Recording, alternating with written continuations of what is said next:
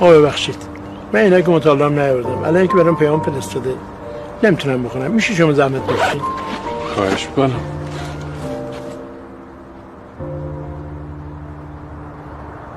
ناصره پسرمه چی میگه؟ حالتونو پرسیده. میگه الحمدلله یه نفسی میاده میره.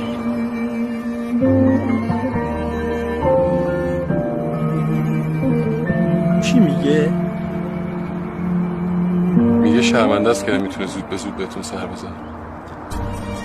بهش بگو میدونم سر شروع منم ازت توقع ندارم زود به زود بیای پیشم، ولی اگر تونستی گهگداری یه سری ما